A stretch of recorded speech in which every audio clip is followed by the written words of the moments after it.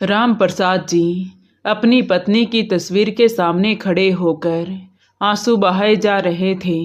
सुमित्रा, तुम तो चली गई, पर तुम्हारे बिना मेरा यहाँ पर क्या हाल हो रहा है, तुम देखती तो देखकर कांप जाती। हमारे बेटे आज भी वैसे ही हैं, अपनी अपनी पत्नियों के गुलाम। वो जो कहती हैं वही करते हैं। उनको कोई फिक्र नहीं है कि उनका बाप जी रहा है या मर रहा है। कोई हालचाल नहीं, कोई अपनापन नहीं। राम प्रसाद जी की आवाज़ भर्रा गई, आंखों में नमी थी, होठ थरथरा रहे थे। कुछ पल के लिए वो चुप हो गई, फिर खुद को संभालते हुए कहा, लेकिन तुम फिक्र मत करो सुमित्रा, तुमने जो मुझसे वादा लिया था ना, मैं उसे ज़रूर पूरा करूँगा। इतना कहकर वो कुर्सी पर धीरे से बैठ गई। लेकिन तभी अचानक उन्हें खांसी का एक तेज दौरा आया। उन्होंने पास रखे पानी के गिलास की तरफ देखा, लेकिन उठने की ताकत जैसे बची ही नहीं थी। उधर रसोई में उनकी बहू पिंकी हलवा बना रही थी। ड्राइंग रूम में उसका पति अनिल, जो ऑफिस जाने के लिए तैयार हो रहा था, पिता की खांसी की आवाज़ सुनकर रसोई की तरफ झांककर बोला, अरे पिंकी, आज पिताजी को सरकारी अस्पताल ले जाकर दवा दिला देना। पता है, कल पड़ोस की शांति काकी मिली थी, कह रही थी कि तुम अपने पिता को दवा क्यों नहीं दिलाती, हर वक्त खांसते रहते हैं। तो पिंकी ने बिना ऊपर देखे हलवे को चलाते हुए कहा, अच्छा तो फिर तुमने क्या कहा? तो अनिल बोला, मैंने भी अच्छे से जवाब दे दिया कि तुम्हें ज़्यादा पता है कि हम अपने पिता को दवा नहीं दिलाते। आप अपने घर का ख्याल रखो और दूसरों के घर में झांकना बंद करो। तभी पिंकी ने हलवे में काजू डालते हुए कहा, बहुत अच्छा जवाब दिया। और सुनो, ये दवा दिलाने का काम मुझसे नहीं होगा, अपने भाई सुनील को बोलो, वही ले जाएं। मुझे तो आज वैसे भी अपने मायके जाना है। पिंकी का दो टूक जवाब सुनकर अनिल नाश्ता करने बैठ गया।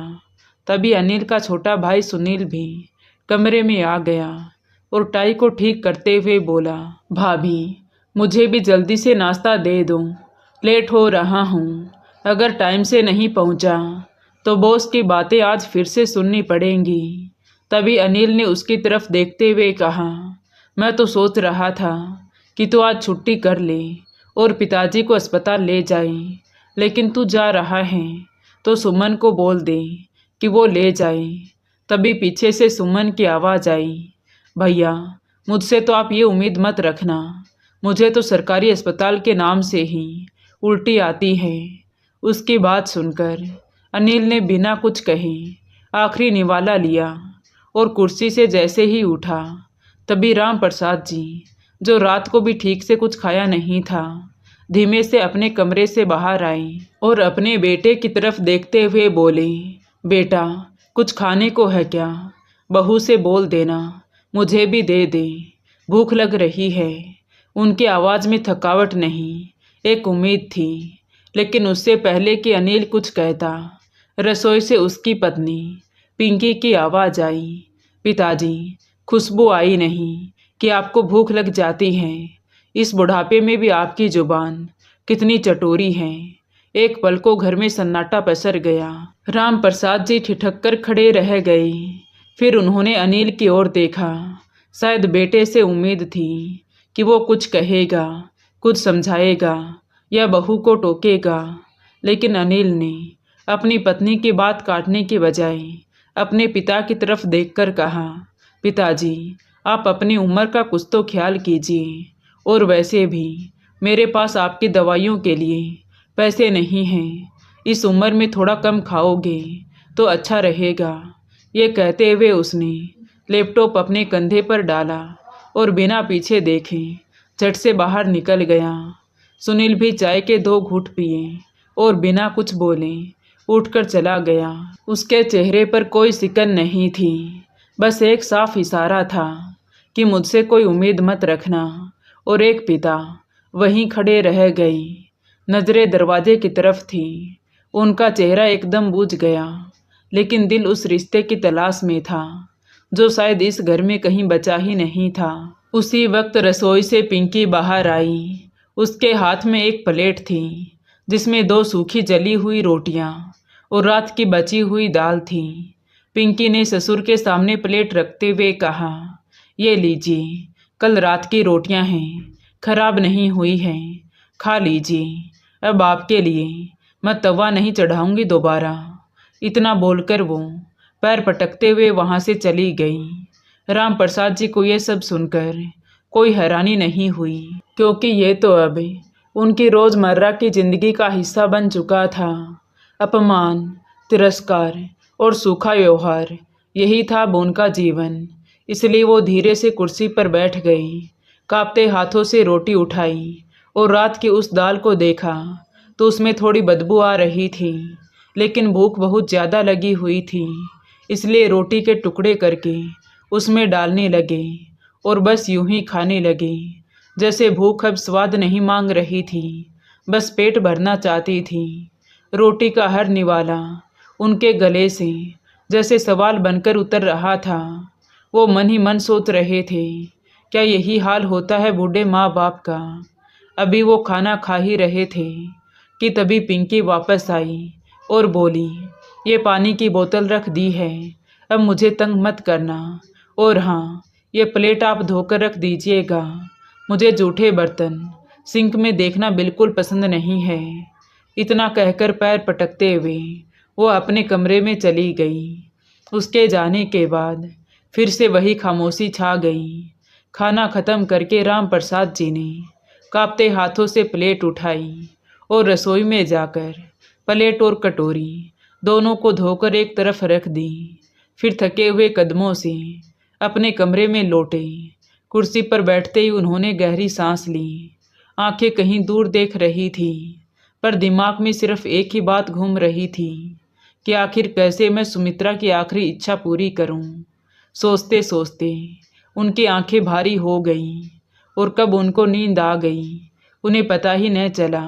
सुबह जब उनकी आंखें खुली तो जैसे किसी ने दिल के भीतर से एक जवाब फूंक दिया हो।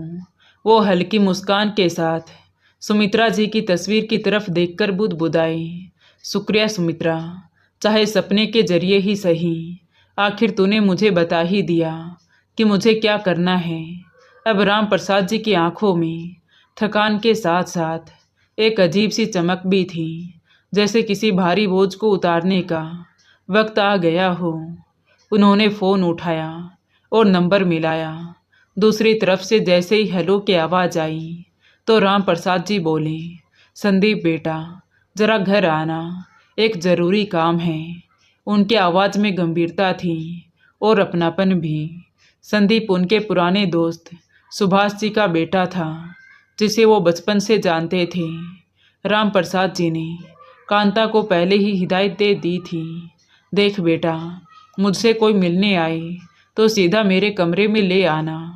कांता उस घर में सफाई का काम करने वाली नौकरानी थी, लेकिन राम प्रसाद जी के लिए वो बेटी जैसी थी। दोपहर में कांता हॉल में डस्टिंग कर रही थी कि तभी डोर बेल बजी। उसने दरवाज़ा खोला तो सामने कोट पैंट पहने, हाथ में दस्तावेजों का बंडल लिए एक युवक खड़ा था। कांता को देखते ही वो बोला, मुझे राम प्रसाद जी से मिलना है। तो उसको देखते ही कांता समझ गई और उसे सीधे राम प्रसाद जी के पास ले आई। राम प्रसाद जी बिस्तर पर लेटे थे। कमरे में पहुंचते ही संदीप ने उनके पैर छूते हुए कहा, अंकल, ये क्या हालत बना रखी है आपने। उसके आवाज़ में चिंता थी। कुछ नहीं बेटा, बस उम्र का असर है, राम प्रसाद जी ने मुस्कुराकर कहा। फिर कांता की तरफ देखते हुए बोले, शुक्रिया बेटा, अब तुम जाकर अपना काम करो। कांता जैसे ही कमरे से बाहर निकली तो सुमन, जो ये सब देख रही थी, उसने तुरंत कांता का हाथ पकड़कर उसे रोका। क्यों रे कांता, किसको छोड़कर आई है उस बूढ़े के पास? कौन था वो? सुमन ने सवाल भरे स्वर में पूछा। तो कांता ने अपना हाथ छुड़ाते हुए कहा, अरे मुझे क्या पता कौन है, मुझे तो बाबूजी ने कहा था कि कोई आएगा तो उसे सीधे मेरे कमरे में ले आना, इसलिए मैं छोड़ आई। उसकी बात सुन सुमन बोली, अच्छा, अब ज़्यादा मत बोल और काम कर अपना। कांता के जाते ही सुमन के चेहरे पर जिज्ञासा की हल्की सी लहर दौड़ गई कि कौन आया है उस बूढ़े के पास और क्या बात करने आया है। उधर संदीप अंदर कुर्सी पर बैठा तो राम प्रसाद जी ने कहा, बेटा संदीप, मैंने तुम्हें यहाँ एक खास काम से बुलाया है। मेरा समय अब नज़दीक आ चुका है और मैं चाहता हूँ कि तुम मेरी सारी संपत्ति के लिए एक वसीयत तैयार करो। संदीप ने बिना कोई सवाल किए हामी भर दी। ठीक है अंकल जी, बताइए आप क्या लिखवाना चाहते हैं अपनी वसीयत में। तो राम प्रसाद जी ने धीरे धीरे लेकिन साफ शब्दों में अपनी हर बात संदीप को समझाई। तो संदीप अपने ब्रीफ केस से कागज और पेन निकाल कर लिखता गया। राम प्रसाद जी हर शब्द हर लाइन सोच समझकर बोलते रहे, जैसे कोई अमानत सौंप रहे हों। कुछ देर बाद संदीप ने पेन रोका और सिर उठाकर बोला, अंकल जी, आप पूरी तरह पक्के हैं ना? वकील के नाते नहीं, आपके पुराने दोस्त का बेटा हूँ, इसलिए सीधा पूछ रहा हूँ। राम प्रसाद जी ने हल्की मुस्कान के साथ कहा, हाँ बेटा, बहुत सोच समझ कर ही ये सब कह रहा हूँ। फिर उन्होंने मेज से एक लिफाफा उठाया और बोले, बेटा, जब सब निपट जाए तब ये उन्हें ज़रूर देना। संदीप ने गंभीरता से सिर हिलाया, जी, जैसा आपने कहा है वैसा ही होगा। वो दोनों अभी बात कर ही रहे थे कि तभी दरवाज़ा खुला और सुमन हाथ में चाय की ट्रे लिए हुए अंदर आई। अरे पिताजी, आपके मेहमान आए हैं और आपने बताया भी नहीं, चाय पानी तक नहीं पूछा।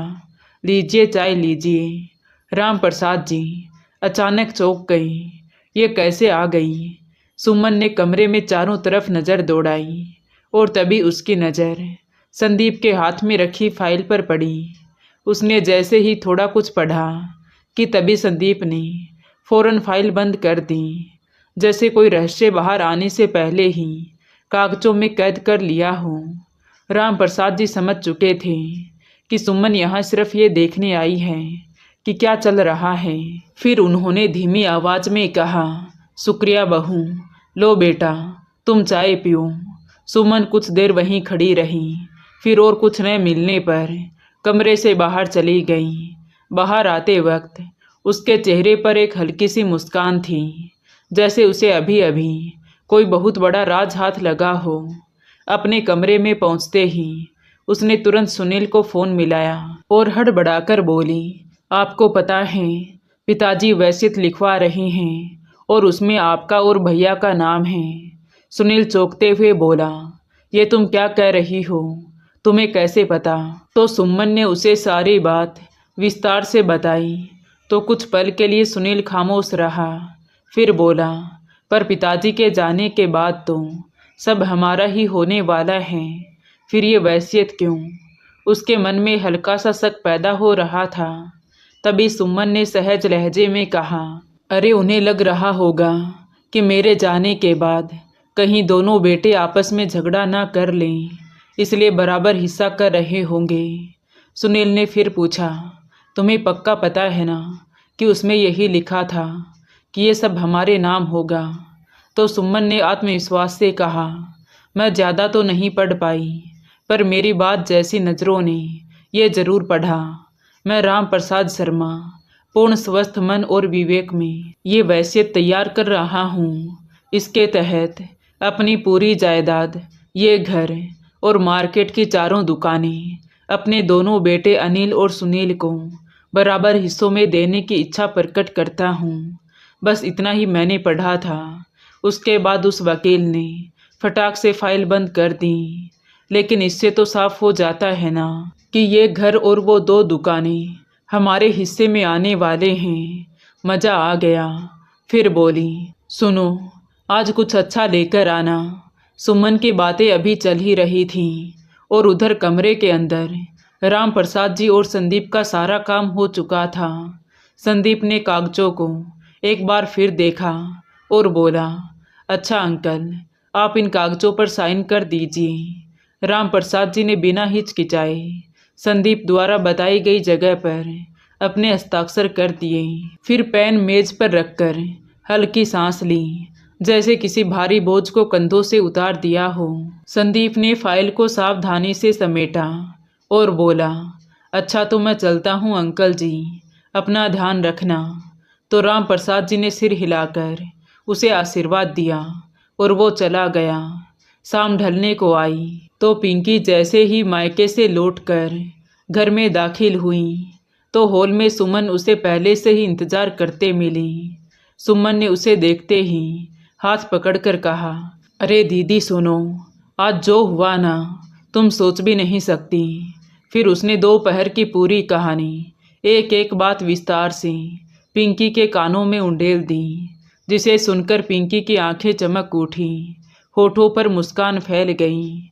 वो खुश होते हुए बोली, वाह मेरी प्यारी देवरानी, तूने तो कमाल ही कर दिया। मैं तो कब से यही सोच रही थी कि कहीं पिताजी बिना हिस्सा किए चले गए तो बेवजह हमारे बीच खटास आ जाएगी। आज तो तूने दिल ही खुश कर दिया। वो हंसते हुए उठी और बड़े प्यार से बोली, देख आज पिताजी के लिए स्पेशल पनीर और तेरे लिए मीठी खीर बनाऊंगी। दोनों देवरानी जेठानी आपस में खुशी के रंगों में डूबी हुई थी, मगर उन्हें जरा भी अंदाजा नहीं था कि हकीकत क्या है। रात हुई तो सब डाइनिंग टेबल पर बैठे थे, मगर राम प्रसाद जी अभी भी अपने कमरे में थे। तभी अनिल ने बेमन से कहा, पिंकी तुमने तो कहा था कि आज पिताजी के लिए स्पेशल खाना बनाने वाली हो, क्या हुआ, वो आए नहीं? पिंकी ने कोई जवाब नहीं दिया, बस चुपचाप कुर्सी से उठी और उनके कमरे की ओर बढ़ गई।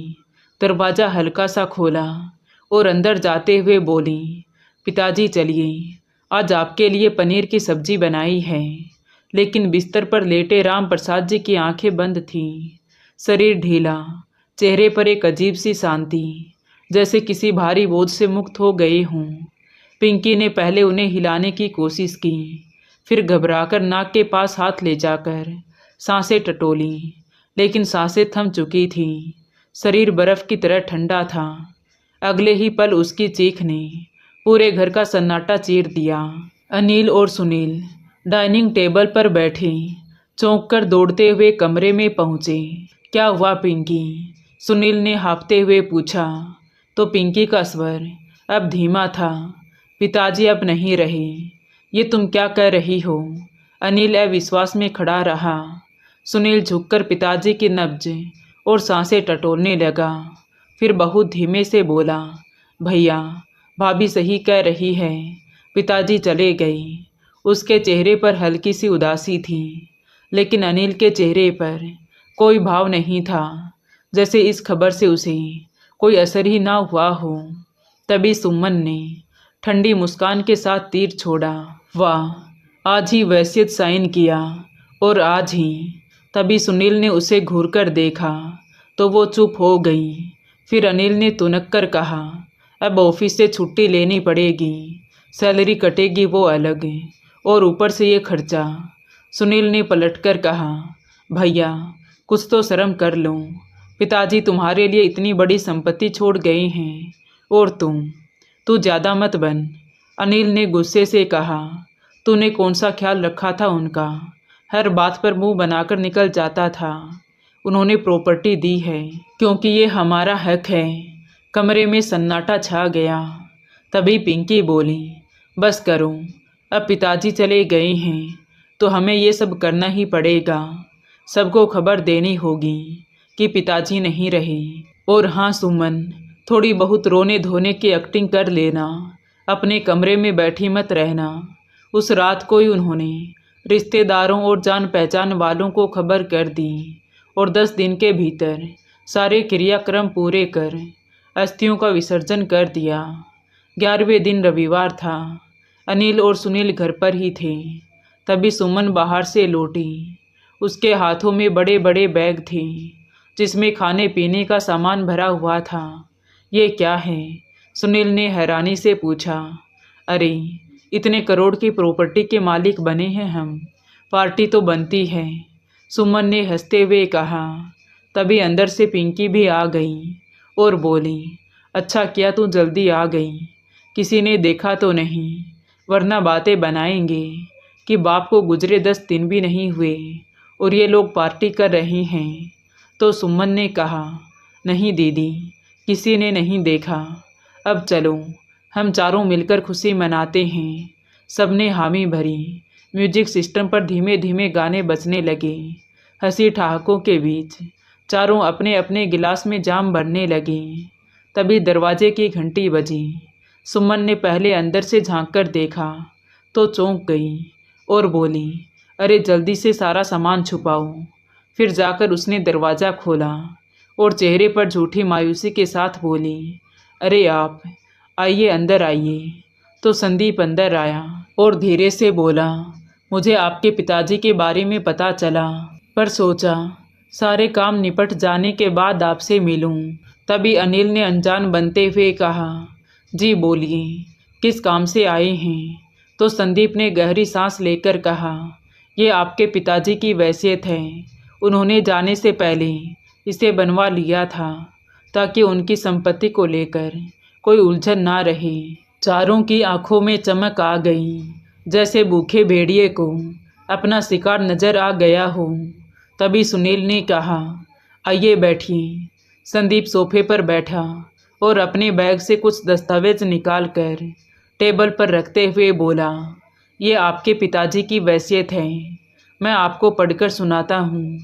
तो अनिल झट से बोला, नहीं कोई बात नहीं, हम देख लेंगे। पर संदीप बीच में ही बोला, मेरा इसे पढ़कर सुनाना बहुत ज़रूरी है, तभी आपको समझ आएगा कि अब आगे आपको क्या करना है। चारों ने एक दूसरे की ओर देखा। फिर सुनील ने कहा, ठीक है, आप बताइए, हम सुन रहे हैं।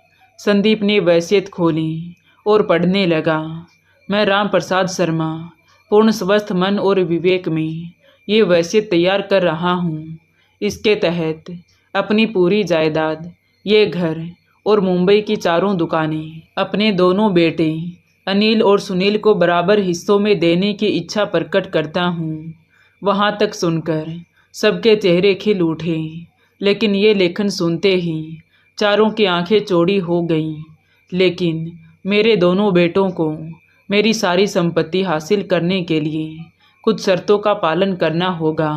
शर्त नंबर 1, मेरे दोनों बेटों में से कोई भी इस पुश्तैनी घर को बेच नहीं सकेगा। शर्त नंबर 2, घर और दुकान तभी उनके पास रहेंगी जब वे दोनों अपनी माँ की बरसी हर साल पूरे विधि विधान से करें और उसमें कम से कम 20 गरीब लोगों को भोजन कराएं। शर्त नंबर 3, ये सारी संपत्ति उनके नाम तभी होगी जब वो मेरे दोस्त सुभाष की मंजूरी लेकर आएंगे। सुभाष जी के दस्तखत और मंजूरी के बाद ही ये सारी संपत्ति मेरे बेटों के नाम की जाएगी। अगर किसी भी तरह मेरे बेटे और बहुएं 2 महीने के अंदर सुभाष जी की मंजूरी लाने में असफल रहते हैं तो मेरी ये सारी संपत्ति अनाथ बच्चों और वृद्ध आश्रम के नाम कर दी जाएगी। ये सुनते ही अनिल भड़क उठा, ये क्या कह रहे हैं आप? सुनील भी उठकर बोला, ये सच नहीं हो सकता, पिताजी हमारे साथ ऐसा नहीं करेंगे। अब अपने ही घर के लिए किसी और की इजाज़त लेनी पड़ेगी हमें। तभी पिंकी और सुमन एक साथ बोली, हो सकता है आप झूठ बोल रहे हों और पिताजी ने ऐसी कोई वसीयत ही ना बनवाई हो। तो संदीप शांत स्वर में बोला, ये बिल्कुल सच है, आपके पिताजी ने सारे दस्तावेजों पर अपने हस्ताक्षर किए हैं, आप इसे किसी भी तरीके से नकार नहीं सकते। तभी सुमन अचानक बोली, और अगर हम आपकी बात न माने तो? उसकी बात सुनकर संदीप ने दृढ़ आवाज़ में कहा, तो आपको अगले 5 दिनों में ये घर और सब कुछ छोड़कर जाना होगा। अपने पिता के नाम हुई किसी भी चीज़ का उपयोग आप नहीं कर पाएंगे। चारों बेटे बहू स्तब्ध थे। कमरे में गहरा सन्नाटा छा गया। संदीप ने सुभाष जी का पता एक छोटे से पन्ने पर लिखकर उन्हें थमाया और वहाँ से चला गया। जाते समय उसके चेहरे पर एक धीमी सी मुस्कान थी, जैसे वो भीतर ही भीतर चाहता हूँ कि ऐसे बेटे बहू को उनके किए की सज़ा ज़रूर मिले।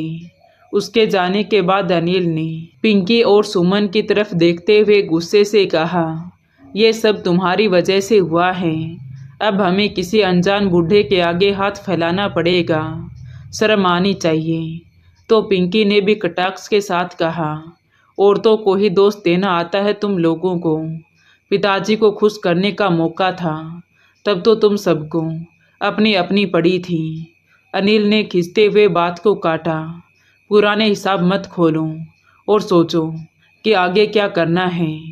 तभी सुनील ठंडे स्वर में बोला, सोचना क्या है, अभी तो दिमाग ही काम नहीं कर रहा। कुछ देर तक तकरार ऐसे ही चलती रही। फिर जैसे थक हार कर सबके शब्द खत्म हो गई तो सब अपने कमरे में चले गई और नींद का बहाना करके चुप्पी ओढ़ ली। पर अंदर उमड़ती बेचैनी ने किसी को सोने नहीं दिया। अगली सुबह सुनील ने अनिल के कमरे का दरवाज़ा खटखटाया। अनिल ने दरवाज़ा खोला तो सुनील ठोस आवाज़ में बोला, भैया अब और कोई रास्ता नहीं बचा, हमें उस सुभाष के पास जाना ही होगा और हर हाल में अपनी प्रॉपर्टी वापस लेनी होगी। अनिल ने गहरी सांस ली और सिर हिलाते हुए बोला, मैं और पिंकी भी पूरी रात यही सोचते रही। तुम दोनों भी तैयार होकर आओ, हम भी आ रहे हैं। कुछ देर में चारों सुभाष जी के घर जाने के लिए निकल पड़ी। करीब 7-8 घंटे का लंबा सफ़र तय करने के बाद जगह जगह लोगों से रास्ता पूछते हुए वो आखिरकार सुभाष जी के घर पहुंची गई। दरवाज़ा खोलते ही सुभाष जी ने उन्हें घूरते हुए कहा, आओ, मैं तुम्हारा ही इंतज़ार कर रहा था। अनिल और सुनील एक पल के लिए जैसे ठिठक गई। पिंकी ने हल्का सा झुककर अनिल के कान में कहा, देखो जी, ज़्यादा टाइम मत लेना, इसको पैसों का लालच देकर मंजूरी ले लेते हैं। लेकिन इससे पहले कि अनिल कुछ कह पाता, सुभाष जी की आवाज़ आई, आज से तुम सब लोग अगले 25 दिन तक यहीं रहोगे। आपको मेरे तरीके से रहना होगा और जो मैं कहूँगा वही करना होगा। अगर मेरी एक भी बात टालने की कोशिश की तो अपनी प्रॉपर्टी से हाथ धो बैठोगे। और याद रहे, मुझे पैसों के लालच से नहीं खरीदा जा सकता। तुम्हारे पिता राम प्रसाद जी मेरे बहुत अच्छे दोस्त थे और उनकी आखिरी इच्छा मैं हर हाल में पूरी करूँगा। कुछ पल तक सुभाष जी उन्हें घूरते रहे, फिर ठंडे स्वर में बोले, तुम लोगों के लिए कमरा तैयार है, थक गए होंगे, जाओ आराम करो। रात को खाने के लिए ठीक 8 बजे नीचे आ जाना, वरना खाना नहीं मिलेगा। उनके लहजे में ऐसी सख्ती थी कि चारों के चेहरों पर हैरानी और नाराज़गी साफ झलक रही थी। कमरे में पहुंचते ही पिंकी और सुमन अपने गुस्से पर काबू ना रख सकी। पिंकी ने गुस्से से कहा, ये कहाँ फंस गए हैं हम। तुम्हारे पिताजी ने मरने के बाद भी हमें चैन नहीं लेने दिया। सुमन भी झुंझलाकर बोली, और ये बूढ़ा पता नहीं खुद को क्या समझता है, चेहरे से ही इतना गुस्से लगता है। तभी अनिल भी बोला, और नहीं तो क्या, ऐसा व्यवहार कर रहा है जैसे हम मेहमान नहीं कोई कैदी हैं। सुनील सर झुकाए उनकी बातें सुनता रहा, फिर थकी हुई आवाज़ में बोला, अभी बहुत थकान है, तुम तीनों परेशान मत करो, सोने दो। और हाँ, 8 बजे नीचे चलना, वरना खाना नहीं मिलेगा। रात को ठीक 8 बजे वो चारों सीढ़ियों से नीचे उतरे तो सुभाष जी ने कहा, नीचे बैठ जाओ। तभी सुमन हैरानी से बोली, नीचे क्यों, यहाँ डाइनिंग टेबल नहीं है क्या? मैं तो टेबल पर बैठकर खाऊंगी। तभी सबकी नज़रें अचानक उसकी तरफ घूम गई तो सुभाष जी ने ठंडे स्वर में कहा, यहाँ नीचे बैठकर ही खाते हैं, अगर तुम्हें दिक्कत है तो तुम अभी अपने घर जा सकती हो। पिंकी ने तुरंत बीच में ही कहा, नहीं नहीं, हमें कोई दिक्कत नहीं, हम यहीं बैठ जाते हैं। सब नीचे बैठ गए। थोड़ी देर में सुभाष जी ने खाना परोसा, एक कटोरी पानी जैसी दाल, ठंडी सूखी जली हुई रोटियां। ये देखकर अनिल के चेहरे का रंग बदल गया। ये कैसा खाना है, मुझे नहीं खाना, मैं बाहर से खा लूँगा। वो गुस्से में खड़ा हो गया। सुनील भी उठते हुए बोला, आपने हमें क्या समझ रखा है, हम कोई भिखारी नहीं जो ऐसा खाना खाएंगे। सुभाष जी बिना घबराए अपनी जगह बैठे रहे और आराम से अपना खाना खाते रहे। उनकी थाली में ताज़ा गरम रोटियां और पनीर की सब्जी थी। ये देखकर उन दोनों भाइयों का गुस्सा और भड़क उठा। सुभाष जी ने शांत लहजे में कहा, खाना है तो खाओ, वरना दरवाज़ा खुला है, जा सकते हो, लेकिन याद रखना मेरी इजाज़त के बिना एक कदम भी यहाँ से बाहर रखा तो अपनी प्रॉपर्टी से हाथ धो बैठोगे। सुमन चिल्लाई, अरे आप देखिए तो सही, ये दाल से ज़्यादा पानी है और बासी रोटी कोई कैसे खा सकता है। तो सुभाष जी ने बिना उसकी तरफ देखे कहा, खाते हैं लोग और जीते भी हैं। मेरा एक दोस्त था राम प्रसाद, दो बेटे और बहुएं होने के बावजूद भी दिन में एक बार भी ढंग का खाना नसीब नहीं होता था उन्हें। ये सुनकर उन चारों की नज़रें झुक गईं। तभी सुभाष जी ने फिर से कहा, अब तुम लोग या तो खाओ या सो जाओ, लेकिन सुबह 7 बजे सब नीचे आ जाना, वरना धक्के मारकर निकाल दूंगा। अनिल का गुस्सा अब 7वें आसमान पर था। वो बिना कुछ खाए ऊपर चला गया। सुनील और सुमन और पिंकी भी जाने ही वाले थे कि पीछे से सुभाष जी की आवाज़ आई, 1 मिनट, ये जो खाना रखा है ये नहीं खाना तो बाहर कुत्तों को खिलाओ और प्लेट गिलास अच्छे से धोकर रखना, मैं सोने जा रहा हूँ। तभी अंदर ही अंदर दांत पीसते हुए सुनील ने खाना एक थैली में डाला और बाहर चला गया। उधर सुमन रसोई में बर्तन धोते हुए बोली, जेठानी जी, लगता है ये इतनी आसानी से हमें हमारा हक नहीं देगा। मुझे तो इतनी भूख लगी है और वो बूढ़ा सारा पनीर अकेले खा गया।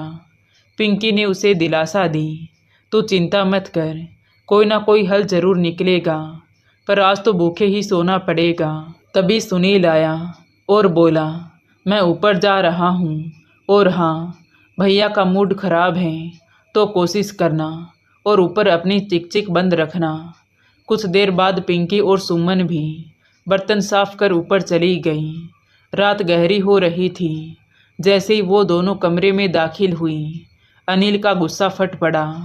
वो चिल्लाकर बोला, ये सब तुम्हारी गलती है। अगर तुमने पिताजी को ठीक से खाना दिया होता या उनका ध्यान रखा होता तो हमारे साथ आज ये सब ना होता। पूरे दिन से हमने कुछ नहीं खाया और अब रात को भी। तो पिंकी भी नाटकीय अंदाज में बोली, वाह वाह, सारी बुराई का ठीकरा मेरे सर के ऊपर फोड़ दिया। अरे खुद कभी अपने पिताजी की इज्जत की थी क्या? अगर कभी उनकी तबीयत का ध्यान रख लिया होता तो ये दिन नहीं देखना पड़ता। आए बड़े मुझे समझाने वाले। सुमन और सुनील उन्हें देख रहे थे, पर ज़्यादा कुछ कहने की हिम्मत नहीं जुटा पाई। सुनील धीरे से बोला, भैया, अभी इन सब बातों पर झगड़ने से कोई फ़ायदा नहीं, हमें सो जाना चाहिए। सुबह 7 बजे तैयार होकर नीचे पहुंचना है। पता नहीं कल कौन सा नया पहाड़ टूटेगा। अनिल ने सहमति जताई और चुपचाप सो गया। पिंकी भी मुंह टेढ़ा करते हुए चुपचाप सुमन के साथ बिस्तर पर जाकर लेट गई। अगली सुबह चारों ठीक 7 बजे नीचे उतरकर आई तो सुभाष जी पहले से ही कुर्सी पर बैठे थे। उन्हें आते देख वो बोले, क्या बात है, एकदम समय पर आ गए। काश इतने आज्ञाकारी पहले होते तो ये दिन देखने ही नहीं पड़ते। चारों की नज़रें शर्म से झुक गईं। तो सुभाष जी ने कहा, चलो सीधा काम की बात करते हैं। तुम्हें पता है मेरी मंजूरी के बिना तुम्हारे पिता की जायदाद तुम्हें नहीं मिलेगी और मैं तुम्हें मंजूरी दूंगा, लेकिन उससे पहले तुम्हें 2 काम पूरे करने होंगे। अगर तुमने ये काम बिना चोरी और हेर फेर के कर दिए तो मैं तुम्हें तुम्हारी प्रॉपर्टी खुशी खुशी दे दूंगा, लेकिन अगर मुझे जरा सा भी शक हुआ कि तुम लोगों ने किसी भी तरह की बेईमानी की तो समझ लो पूरी प्रॉपर्टी ट्रस्ट के नाम हो जाएगी। सुनील और अनिल हैरानी से बोले, सारी प्रॉपर्टी? पर हमारा तो अलग अलग हिस्सा है ना। तभी सुभाष जी बीच में ही बोल पड़े, हिस्सा चाहे अलग हो, भाई तो एक ही होना, इसलिए तुम चारों में से कोई एक भी फेल हुआ तो किसी को भी उसका हिस्सा नहीं मिलेगा, समझे कि नहीं? तभी चारों के चेहरे से पसीना बहने लगा, पर अब उनके सामने और कोई चारा नहीं था सिवाय सुभाष जी की हर बात का पालन करने के। इतने में सुभाष जी ने गंभीर स्वर में कहा, तो इसी के साथ तुम्हारा पहला इम्तिहान शुरू होता है। यहाँ से करीब 10 किलोमीटर दूर एक वृद्ध आश्रम है। मैंने वहाँ तुम्हारे आने की सूचना दे दी है। आज से तुम पूरे 20 दिनों तक वहीं रहोगे। बुजुर्ग माता पिता की सेवा करोगे, उन्हें नहलाना धुलाना खाना खिलाना सब करोगे, और बिना किसी शिकायत और कामचोरी के। अगर तुम में से एक भी इस काम में असफल रहा तो तुम्हें पता है फिर क्या होगा। तो चलो निकलो अभी, वरना लेट हो जाओगे। अनिल ने सारी बातें सुनकर झल्लाकर कहा, लेकिन हमें इस काम का कोई भी अनुभव नहीं है, और दूसरों की सेवा हम क्यों करें। हम आपकी सेवा कर सकते हैं। सुनील भी बोला, आप जो कहेंगे हम करेंगे, पर 20 दिन तक वहाँ जाकर रहना मुश्किल हो जाएगा। ऐसा मत कीजिए। पिंकी और सुमन चुपचाप खड़ी रही। तभी सुभाष जी ने ठंडे स्वर में कहा, भगवान की दया है कि मुझे किसी की सेवा की ज़रूरत नहीं। मैं सब खुद कर सकता हूँ। और मैंने कब कहा कि तुम्हारे पास कोई चॉइस है। तुम्हें अपनी प्रॉपर्टी चाहिए तो जाऊँ और जो कहता हूँ वो करूँ, और फिर ले जाओ अपनी प्रॉपर्टी। दोनों भाई कुछ और कह ना सकें और अपनी अपनी पत्नियों के साथ चुपचाप घर से जाने लगे। तभी सुभाष जी ने कहा, और हाँ, जल्दी जाओ, वहाँ एंट्री नहीं मिली तो कंगाल के साथ साथ बेघर भी हो जाओगे।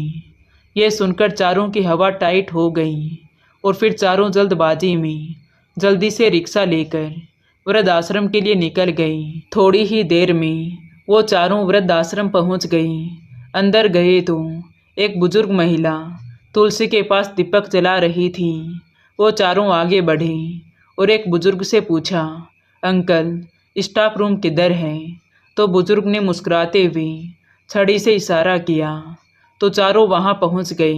अंदर गए तो उन्हें शिवानी मिली, जो वहां की मैनेजर थी। उसने देखते ही कहा, आओ, सुभाष जी ने मुझे बताया था कि तुम लोग आने वाले हो।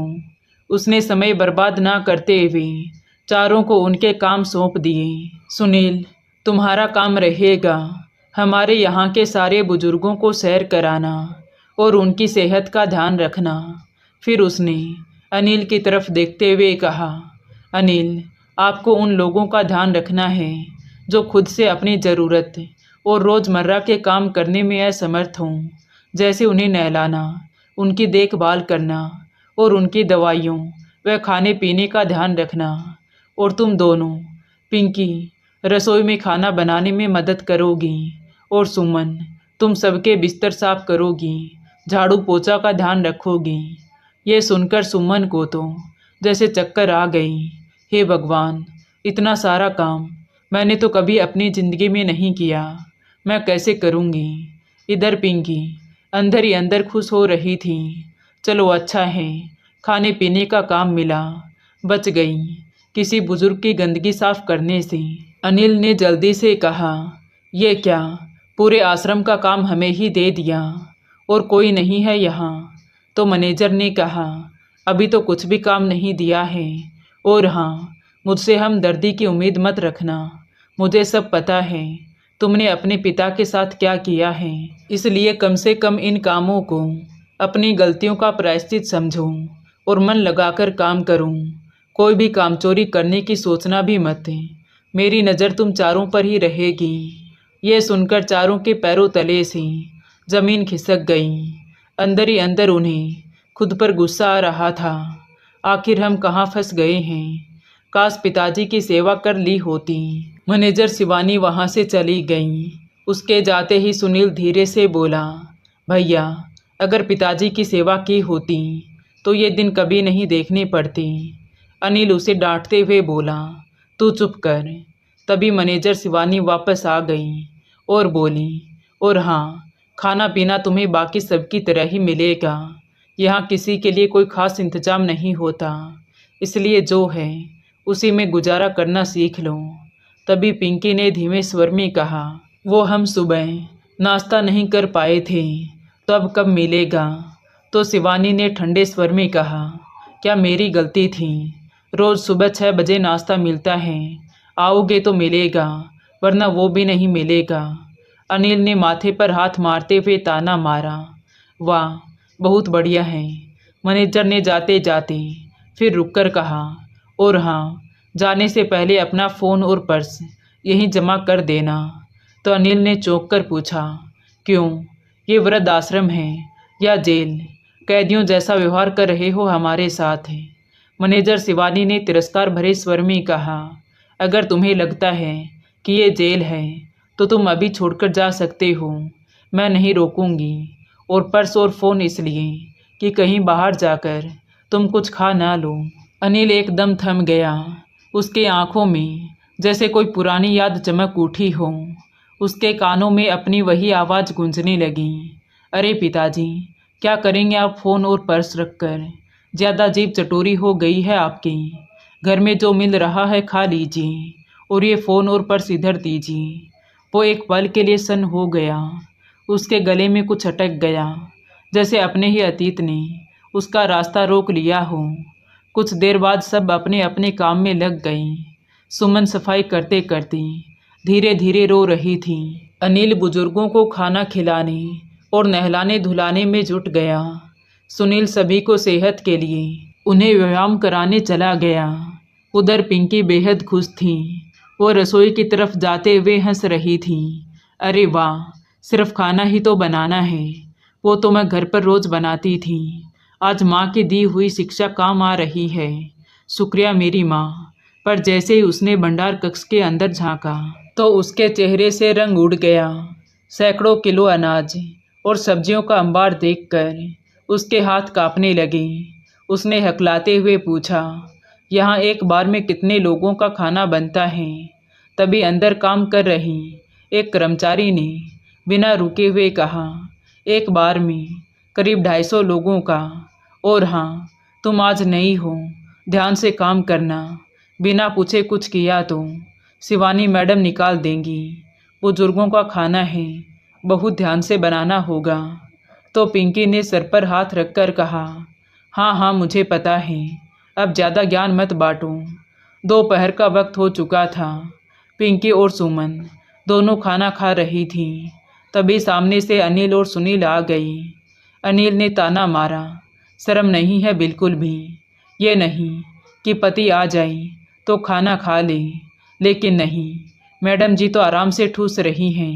पिंकी ने तिरछी नज़र से देखा मगर कुछ कहा नहीं। सुनील और अनिल दोनों अपना अपना खाना लेकर बैठ गए। तभी सुमन ने रोने जैसी शक्ल बनाकर सुनील से कहा, चलो ना यहाँ से, मैं नहीं सह पाऊँगी। मैंने अपने घर में कभी कोई काम नहीं किया और यहाँ कितना झाड़ू पोछा करना पड़ रहा है।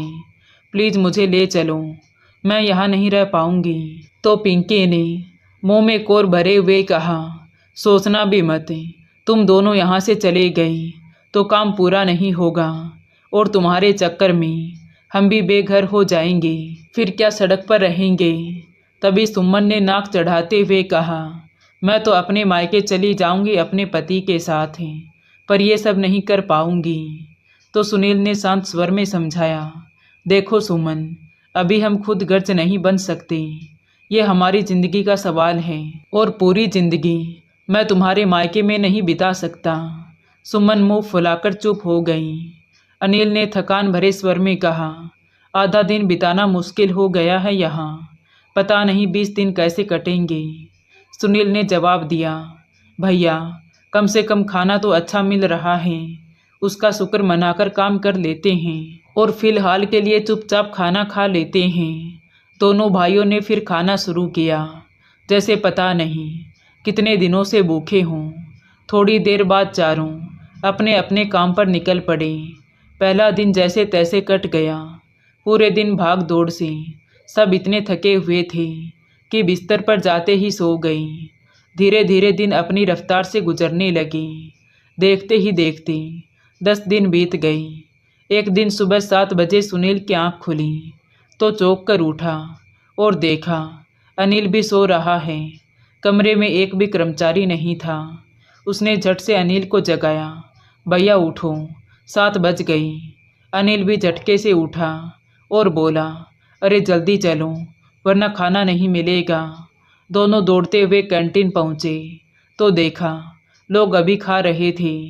उन्होंने चुपचाप प्लेट उठाई और काउंटर पर नाश्ता लेने पहुँचे, लेकिन तभी वहाँ खड़े कर्मचारी ने कहा, सॉरी समय ख़त्म हो चुका है, अब दोपहर को खाना मिलेगा। अनिल भड़क कर बोला, ऐसा क्यों, बाकी सब तो खा रहे हैं। कर्मचारी ने गुस्से से कहा, बाकी सब समय से आकर खाना ले चुके हैं, आप जाइए अपना काम कीजिए। अनिल उसे और कुछ कहने ही वाला था कि सुनील ने उसे बीच में ही रोक दिया। छोड़िए भैया, चलिए। दोनों खाली पेट ही अपने अपने काम पर लौट गई। उधर सुमन आज फिर रोते रोते पोछा लगा रही थी। तभी बिस्तर पर बैठी एक बुजुर्ग महिला ने कहा, अरे अरे वहाँ साफ नहीं किया तूने, कितनी गंदगी है, एक काम भी ठीक से नहीं होता तुमसे। सुमन तिरछी नज़रों से देखते हुए ठंडी आवाज़ में बोली, अम्मा आप भी मज़े ले रही हो मेरे, पर ले लो, मेरे ही बुरे कर्मों की सज़ा है जो यहाँ आकर काम करना पड़ रहा है। अगर पिताजी को एक वक्त का खाना दे दिया होता तो आज मैं इस पागल खाने में नहीं होती। कहते कहते वो रोने लगी तो बुजुर्ग महिला ने धीरे से कहा, मैं तेरा मजाक क्यों उड़ाऊंगी बेटी, तू तो बहुत अच्छा काम कर रही है। मैं तो बस अपनी बहू की एक्टिंग कर रही थी, देखना चाह रही थी कि कैसा लगता है। वो भी मुझसे सफाई करवाते वक्त ऐसा ही कहती थी। सुमन अचानक चुप रह गई। अम्मा आपसे सफाई, आप तो बहुत कमज़ोर लग रही हैं। अम्मा ने एक लंबी सांस लेते हुए कहा, अरे मैं हमेशा ऐसी ही थोड़ी थी। जब मेरे बेटे की शादी हुई तब बहुत हट्टी गट्टी थी मैं, फिर मेरी बहू आई तो उसी के गुणगान गाने लगे सब। माँ को तो जैसे घर में पड़ा कचरा समझ लिया। धीरे धीरे मेरा बेटा भी मुझसे दूर हो गया। अब मैं घर की मालकिन से नौकरानी कब बन गई मुझे पता ही न चला। मेरी बहू तो कभी कमरे से बाहर ही नहीं निकलती थी तो बस मुझसे पोछा लगवाने के लिए। धीरे धीरे इन बुढ़ी हड्डियों में पोछा लगाने की भी ताकत नहीं रही, बस फिर फेंक दिया मुझे बीच सड़क पर। सुमन की आंखें नम हो गई। वो कुछ और कहती, उससे पहले ही शिवानी आ गई और बोली, यहाँ खड़े रहने को काम कहती हो तुम। सुमन ये सुनकर बिना कुछ बोले वहाँ से चली गई। वहीं दूसरी तरफ सुनील एक बुजुर्ग व्यक्ति को व्हील चेयर पर बिठाकर बगीचे में घुमा रहा था।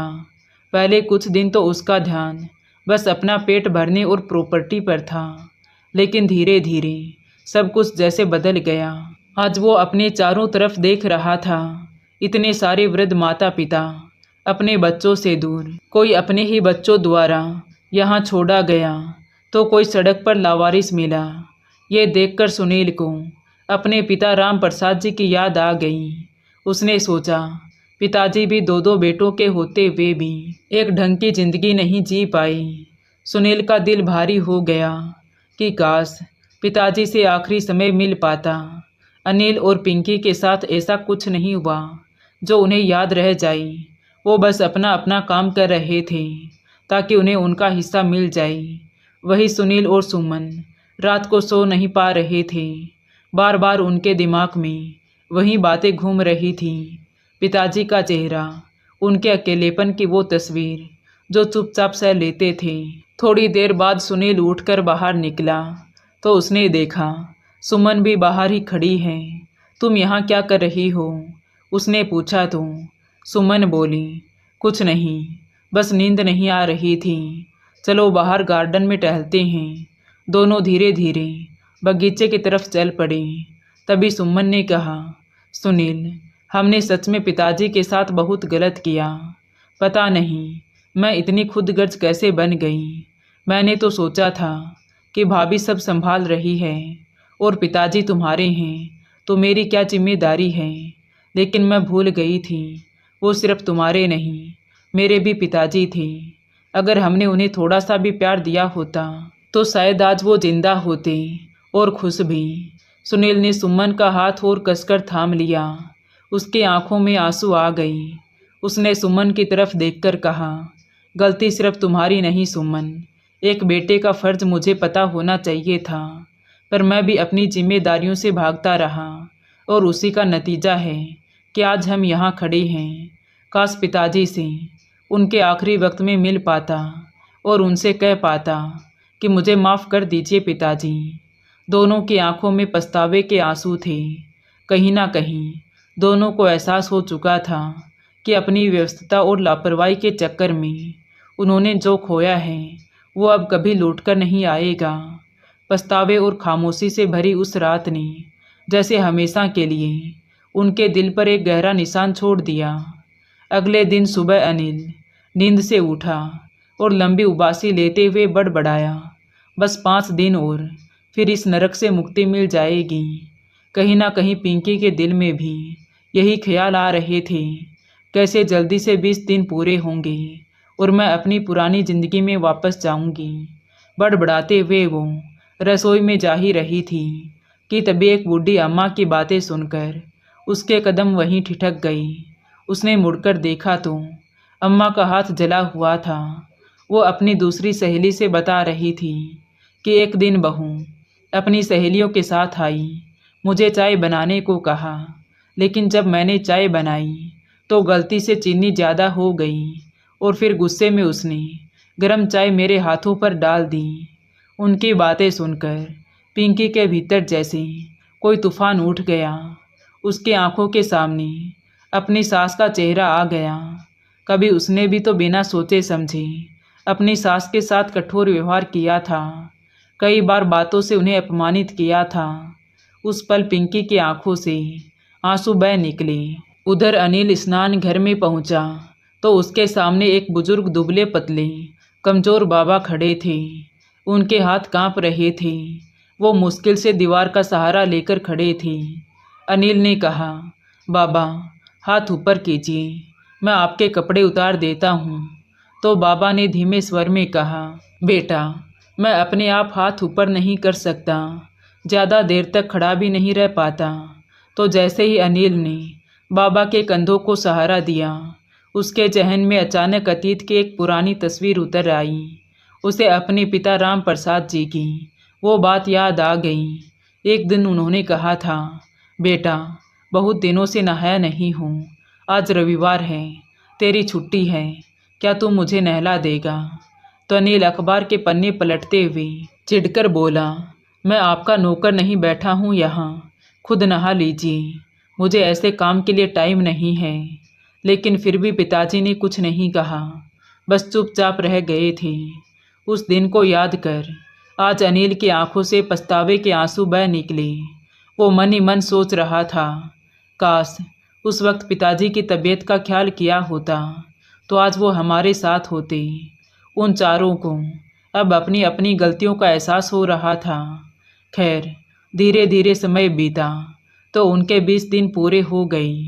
आखिरी दिन शिवानी ने उन्हें अपने केबिन में बुलाया और उनके फ़ोन और पर्स उनके सामने रखते हुए बोली, इस आश्रम में तुम्हारा सफ़र यहीं ख़त्म होता है, तुम सबने अच्छा काम किया। तो अनिल और पिंकी के चेहरे पर राहत की मुस्कान आ गई, लेकिन सुनील और सुमन कुछ बदले बदले लग रहे थे, मानो उन्हें यहाँ से जाने का अफसोस हो या फिर कुछ खो देने का डर।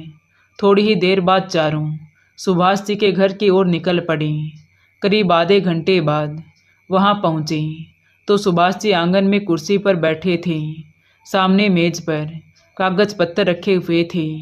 आओ, मैं तुम्हारा ही इंतज़ार कर रहा था, उन्होंने कहा।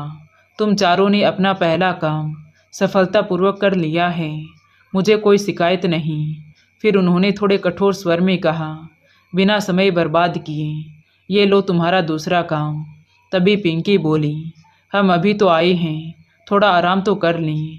तो सुभाष जी ने बीच में ही टोकते हुए कहा, अगर मैंने साइन नहीं किया तो सड़क पर आराम ही आराम करने को मिलेगा, इसलिए ज़्यादा चिक मत करो। उन्होंने 4 पेपर और पेन उनकी तरफ बढ़ाते हुए कहा, यह है तुम्हारा दूसरा और आखिरी काम, तुम्हारे पास सिर्फ 2 दिन हैं, 2 दिन में तुम्हें ये पन्ना भरकर लाना है। तभी सुनील ने पूछा, लेकिन इसमें लिखना क्या है? तो सुभाष जी ने उन्हें समझाया, तुम्हें अपने पिताजी की ओर से खुद को एक खत लिखना है। इसमें वो सब होना चाहिए जो तुम्हें लगता है कि वो जाने से पहले तुम्हें कहना चाहते हों। तुम्हारे बारे में वो क्या सोचते होंगे, तुम्हारे साथ बिताई उनकी कौन सी अच्छी याद होगी, और तुमसे विदा लेते समय वो क्या शब्द कहते, वो सब कुछ इसमें लिखना है। 2 दिन में अगर तुमने ये काम पूरा कर लिया तो मेरी मंजूरी के साथ तुम अपने घर जा सकते हो। लेकिन अगर तुम में से एक ने भी ये पन्ना नहीं भरा तो किसी को कुछ नहीं मिलेगा। और हाँ, ये मत सोचना कि झूठी बातें लिख दोगे और मैं मान लूँगा। मुझे सब पता है कौन कितना पानी में है। अब जाओ यहाँ से। वो चारों अपने अपने पेन और पन्ने लेकर कमरे में पहुँचे तो पिंकी कमरे में पहुँचते ही आराम से लेटकर फ़ोन चलाने लगी। सुनील और सुमन अभी भी इस नए काम को लेकर सोच में डूबे थे। अनिल आते ही किसी से फ़ोन पर बातें करने लगा। तभी सुनील बोला, भाभी, हमें लगता है कि हमें अभी से खत लिखने पर ध्यान देना चाहिए। तो पिंकी ने लेटे लेटे जवाब दिया, अरे देवर जी, चिंता मत करो, अभी 2 दिन हैं। एक खत लिखना कौन सा मुश्किल है, 10 मिनट में हो जाएगा। तभी अनिल ने कहा, अगर 10 मिनट में हो जाएगा तो क्यों ना अभी लिख दें और जल्दी निकल लें। पिंकी को भी ये बात ठीक लगी। उसने फटाक से कहा, अरे हाँ, ये तो मैंने सोचा ही नहीं, चलो चलो लिखते हैं। और फिर चारों ध्यान से अपने अपने खत लिखने के लिए बैठ गई। 2 घंटे बीत गई। चारों के सामने कागज और कलम थे, लेकिन उनमें से कोई भी अब तक एक शब्द भी नहीं लिख पा रहा था। अनिल जो मन ही मन महसूस कर रहा था कि उसने अपने पिता के साथ जो व्यवहार किया वो सही नहीं था। कागज को देखता रहा। वो सोच रहा था, मैं पिताजी की जगह आकर खुद को खत लिख रहा हूँ, लेकिन क्यों नहीं लिख पा रहा। मुझे कुछ याद क्यों नहीं आ रहा। क्या उन्हें याद होगा कि उनके आखिरी समय में मैंने उनके साथ क्या किया था। उसने हिम्मत करके लिखना शुरू किया, मेरे प्रिय बेटे अनिल। लेकिन आगे लिखने का साहस उसमें नहीं था। हाथ रुक गए, आंखों में नमी भर आई और फिर आंसू कागज पर गिरने लगे। कुछ ही पलों में वो फूट फूट कर रोने लगा। सुनील, सुमन और पिंकी ने उसकी तरफ देखा तो पिंकी घबराई हुई आवाज़ में बोली, अरे ये क्या हो गया आपको, आप रो क्यों रही हैं। लेकिन अनिल का रोना रुक नहीं रहा था। सुनील और सुमन की आंखें भी भर आईं। वो समझ रहे थे कि अनिल के अंदर क्या चल रहा है। वो बात जो पिंकी अब तक नहीं समझ पाई थी, उन दोनों ने काफ़ी पहले महसूस कर ली थी। अनिल ने गहरी सांस लेकर कहा, पिंकी, हमने पिताजी के साथ बिल्कुल ठीक नहीं किया। मुझे उनके साथ बिताया एक भी खुशी का पल याद नहीं आ रहा। अपने आखिरी वक्त में वो हमसे कितने नाराज़ होंगे, कितने तड़पे होंगे। मैं एक अच्छा बेटा नहीं बन पाया। यह सुनकर पिंकी की आंखों से भी अनायासी आंसू बह निकले। जो नमी उसने अपने अंदर कहीं दबा रखी थी और महसूस कर रही थी कि मैंने कुछ गलत नहीं किया, वो झूठ अब टूट चुका था। तभी सुमन ने धीरे से कहा, मुझसे अब और नहीं होगा, मैं जा रही हूँ नीचे। तो सुनील बोला, अरे रुको, फिर हमारा घर है। तभी अनिल ने बीच में ही टोका, उस घर पर तो हमारा हक हमने उसी दिन खो दिया था जब पिताजी का ध्यान रखने के बजाय हम अपने अहंकार और लापरवाही में जीने लगे थे। सुनील ने उसकी बात पर चुपचाप सहमति जताई। तभी अनिल ने कहा, चलते हैं नीचे, अब समय आ गया है कि हम अपनी गलतियों की सज़ा भुगतें। तो सुनील ने भी हामी भरी और चारों नीचे आ गई। सुभाष जी ने उन्हें देखते ही कहा, अरे क्या हुआ, खत पूरा हो गया। तो अनिल आगे बढ़ा और सारे पन्ने उनके हाथ में थमाते हुए बोला, अब और नहीं हो पाएगा। पिताजी के पास हमें याद करने के लिए सिर्फ बुरी यादें ही छोड़ दी थी हमने। हम अपनी ज़िंदगी में इतने व्यस्त हो गए कि ये भी भूल गए कि आज जो सुख सुविधा हमें मिली है उसके जिम्मेदार वही हैं। उन्होंने पूरी उम्र मेहनत करके अपनी दौलत हम पर लुटाई, क्योंकि वो हमसे प्यार करते थे। बदले में उन्हें भी तो बस हमारा प्यार चाहिए था, लेकिन हमने उन्हें दर्द के अलावा कुछ नहीं दिया। सुमन और पिंकी की आंखों में भी पछतावे के आंसू थे। अब उन्हें समझ आ चुका था कि माँ बाप को बस हमारा साथ और सहारा चाहिए होता है, जो उनकी उम्र ढलने पर उनके लिए सबसे बड़ा सहारा होता है। तभी अनिल ने कहा, हमें माफ़ कर दीजिए, हम एक भी पन्ना नहीं भर पाई। अब आप हमारा घर और दुकान ट्रस्ट को दे सकते हैं। हम जा रहे हैं। आपने हमारे लिए जो भी किया उसके लिए बहुत बहुत धन्यवाद। आप ना होते तो हम आज भी इस झूठे घमंड में जी रहे होते। चारों ने सुभाष जी के सामने हाथ जोड़कर माफ़ी मांगी और भारी कदमों से घर से बाहर जाने लगे। तभी पीछे से एक गंभीर आवाज़ आई, रुको। तो सब ठिठक कर पीछे मुड़े। तभी सुभाष जी ने कहा, पता नहीं तुम्हारे अंदर ये गुण कहाँ से आ गए, पर इतना ज़रूर जान लो कि तुम्हारे पिताजी तुम दोनों जैसे बिल्कुल नहीं थे। उन्होंने अपने बुजुर्गों का कभी अपमान नहीं किया। उनका दिल बहुत बड़ा था। तुम्हारे पिताजी जानते थे कि एक दिन उनके बेटों को अपनी गलती का एहसास जरूर होगा। कहते हुए सुभाष जी ने अपनी जेब से एक दस्तावेज निकाला, उस पर अपने हस्ताक्षर करके मेज पर रख दिया और बोले, लो मेरी मंजूरी, अब तुम्हें तुम्हारा घर और दुकानें मिल जाएंगी। मैंने तुमसे जो भी करवाया वो कोई बदला लेने की परीक्षा नहीं थी। इसका असली मकसद था तुम्हें तुम्हारी गलतियों का एहसास दिलाना। और हाँ, तुम्हारे पिताजी ने तुमसे कभी नफरत नहीं की थी। वो तो बस जाते जाते तुम्हें एक सीख दे गई। अपनी आखिरी सांस तक उन्होंने तुमसे सिर्फ प्यार ही किया। उन्हें तुमसे कोई शिकायत नहीं थी। इतना सुनते ही अनिल और सुनील जैसे टूटकर बिखर गई। उनकी आंखों से आंसू बहने लगे। सुमन और पिंकी भी फूट फूट कर रोने लगी। अब उनके पास वो सब था जिसके लिए वो पिछले 21 दिनों से भाग दौड़ कर रहे थे, पर अब उस जमीन जायदाद का उनके लिए कोई मतलब नहीं रह गया था। अब उनके पास अपने पिताजी से कहने के लिए भी बहुत कुछ था, पर सुनने के लिए पिताजी अब इस दुनिया में नहीं थे। अब उनके सामने सब कुछ होते हुए भी सिर्फ पछतावा और एक न भरने वाला दर्द रह गया था। तो दोस्तों, आपको एक पिता की सीख कैसी लगी, कमेंट करके ज़रूर बताएं।